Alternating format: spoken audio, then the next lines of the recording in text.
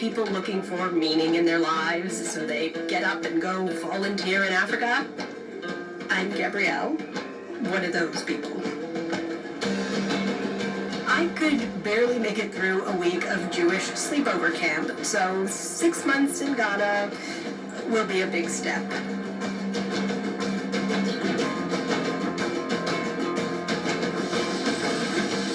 I get off the plane and I'm immediately hit by a wave of humidity and a wave of panic.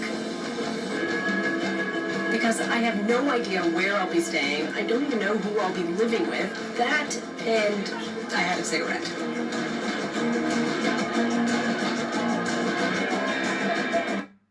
I'm in Ghana because I'm volunteering at a women's rights organization. I'm the one in the black skirt. The organization I'm working for found me a host family for 6 months. And it turns out that my host father is a father, as in the leader of a Pentecostal Christian church. So, you know, perfect.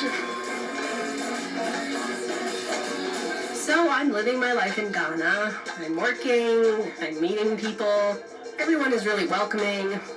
But then I realize the Jewish New Year is just around the corner. I'm not a religious person. In fact, Judaism doesn't play a big role in my day-to-day life. But now, I'm in a place where Judaism doesn't feel like an option. And well, I guess that makes me lonesome. The thought of finding another Jew, never mind Jews, seems impossible. Which one? Traditional Islamic Christian. Of course, me won't be that. Five. You know 5 Jews? Yeah, 5. 5 Jews. Yeah. For me, it's white people's religion, and they are born into it.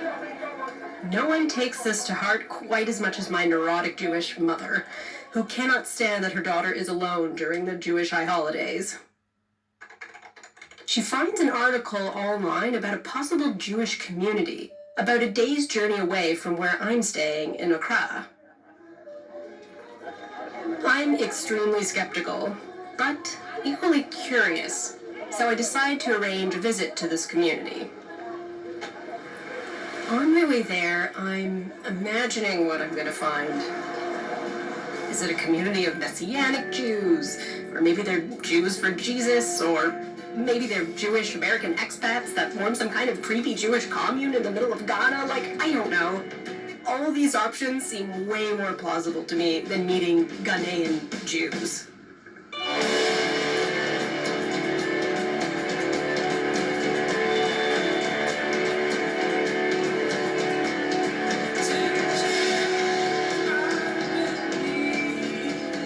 I reach the bus stop, and the only instructions that I have are to tell a taxi driver to bring me to some guy named Joseph's house.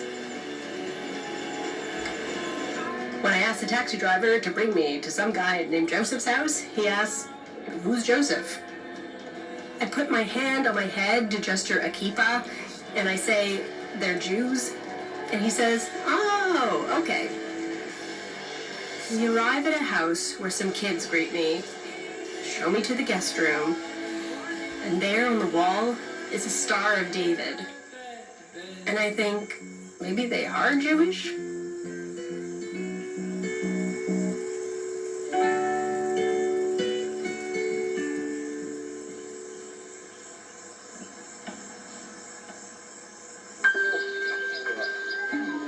The next morning, I walk into synagogue, and I'm moved.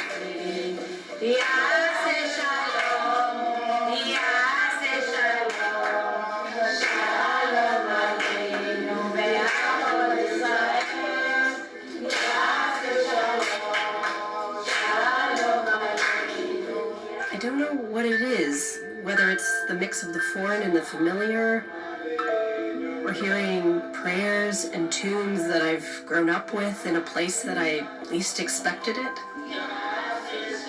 Here's this community. It's not like they have a Jewish community center in their backyard, and they're practicing Judaism. It's pretty incredible.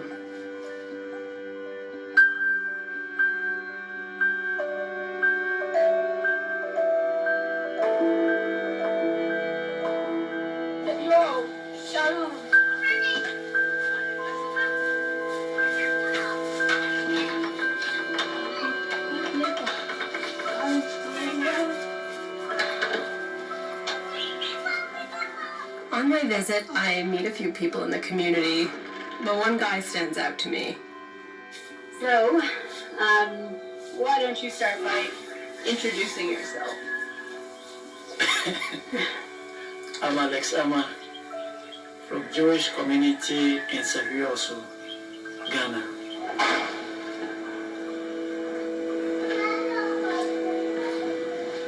My dream is to become a full rabbi to my community.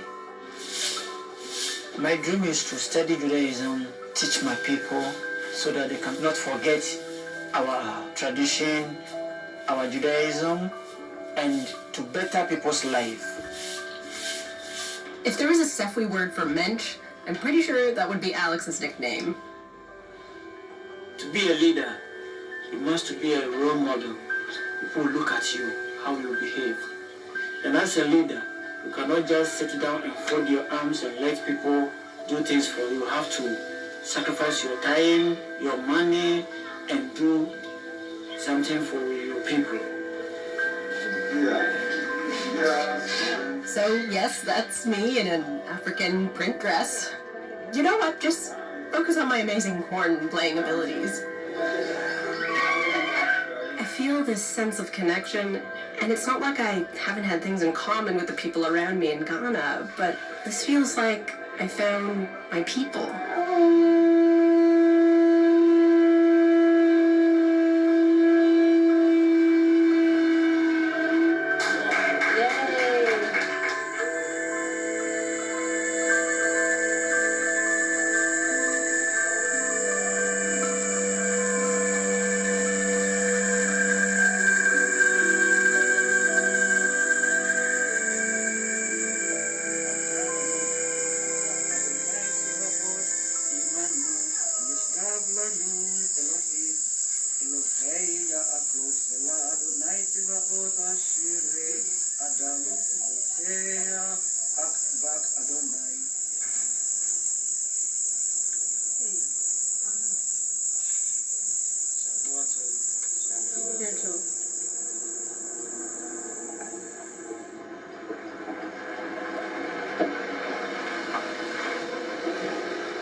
While I'm in Ghana, Sefwi becomes my little home away from home.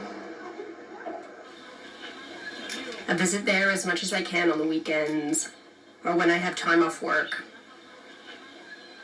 I get to know the community, I talk to some of the people, spend a lot of time with the kids. So let me go and show you the bundle of my farm and show you the food of crops. There's cocoa beans.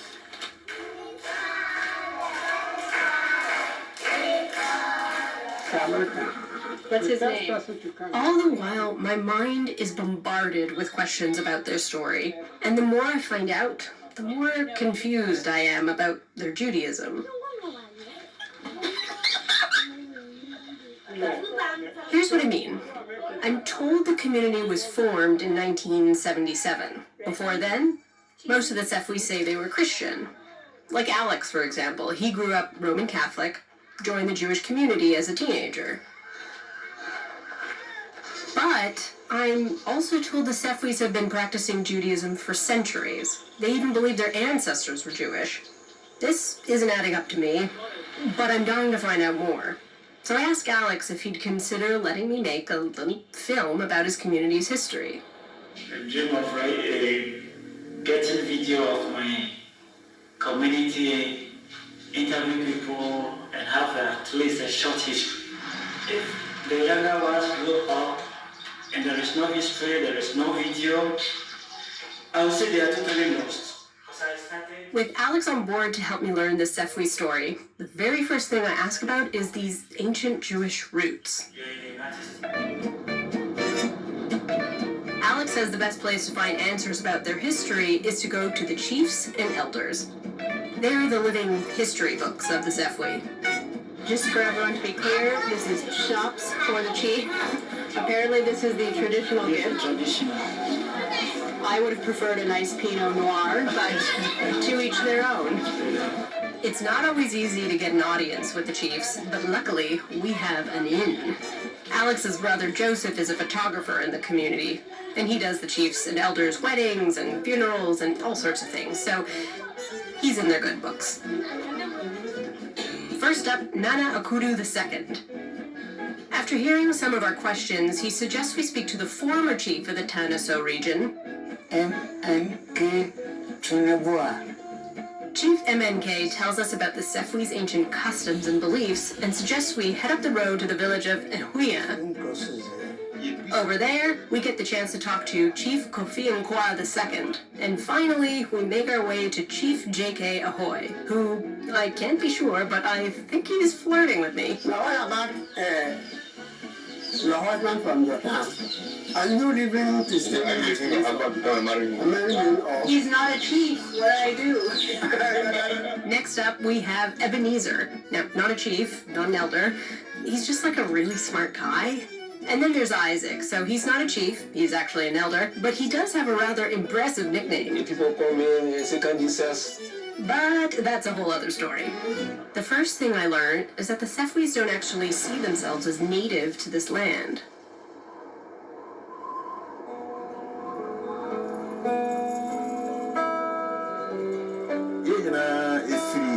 Arab countries in Muna, just say,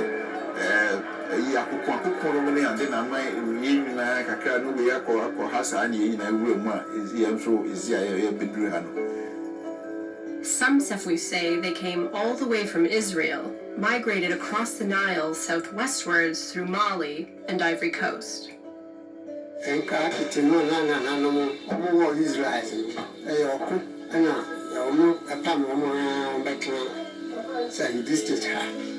So they were migrating from different places because those days we don't have a written literature. Also about oral, everything was handled orally.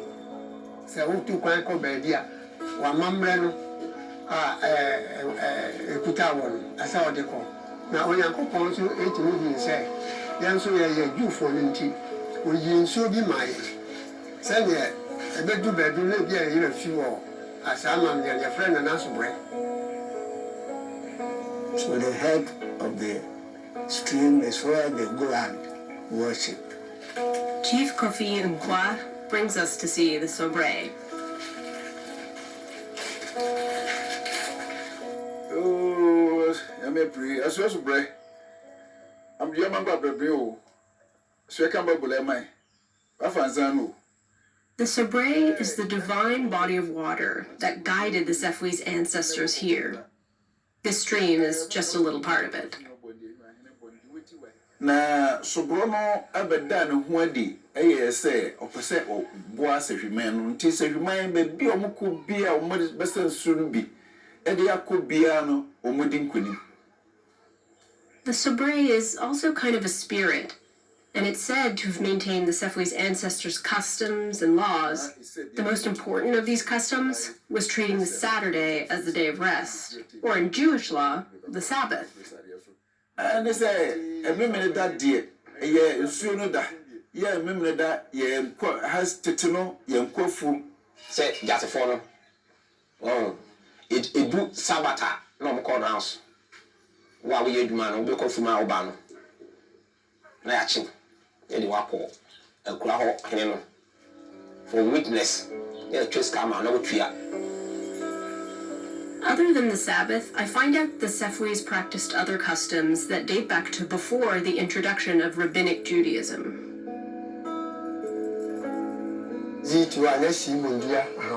Separate. You Jim Cretin, you pop some money in Jim Cretin, go across up in more. A piano, this was you, then never 1 year ago. I learn about these customs and I think, hang on a second. If they've been practicing Judaism for centuries, how was the community